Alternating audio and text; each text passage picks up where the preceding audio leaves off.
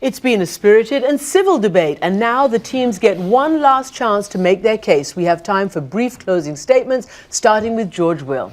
I want to thank Bob and Barney for shouldering the Herculean task of arguing that government today is too small, too frugal, and too modest.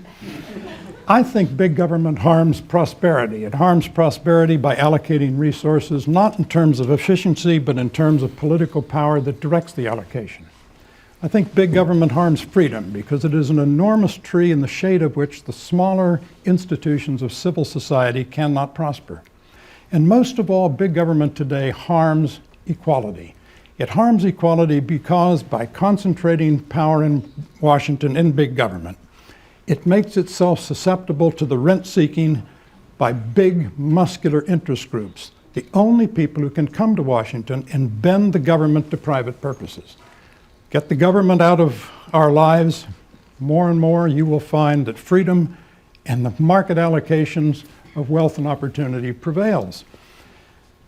Jefferson understood. Jefferson understood that you can have a government with minimal attention to the absolute essentials we've talked about. Of course, we want government to build roads. We want government to defend the shores. We want the government to deliver the mails. But after it does the essentials, understand what Ronald Reagan did. When Ronald Reagan said we're going to have less government, under Reagan, respect for government, something we all want, respect for government, rose as government's role declined. Thank you, George Will. Robert Reich. Well, first of all, let me thank both of you for trying to defend the indefensible, which is that the market is working beautifully and you don't need much with regard to government.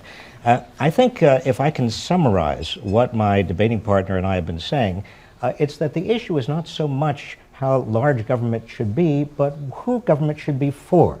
And these days, so many Americans are worried that the game is rigged, that the dice are loaded in favor of big corporations and Wall Street and the rich.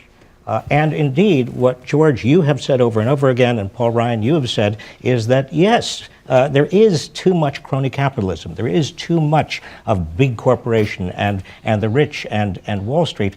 But you seem to believe that if you got rid of government, then somehow individuals would not be imperiled by those same forces. They would be. Big government is a canard. I mean, look, I've spent half of my life in government. Do I look like big government to you? I mean, let's get serious about what we are talking about.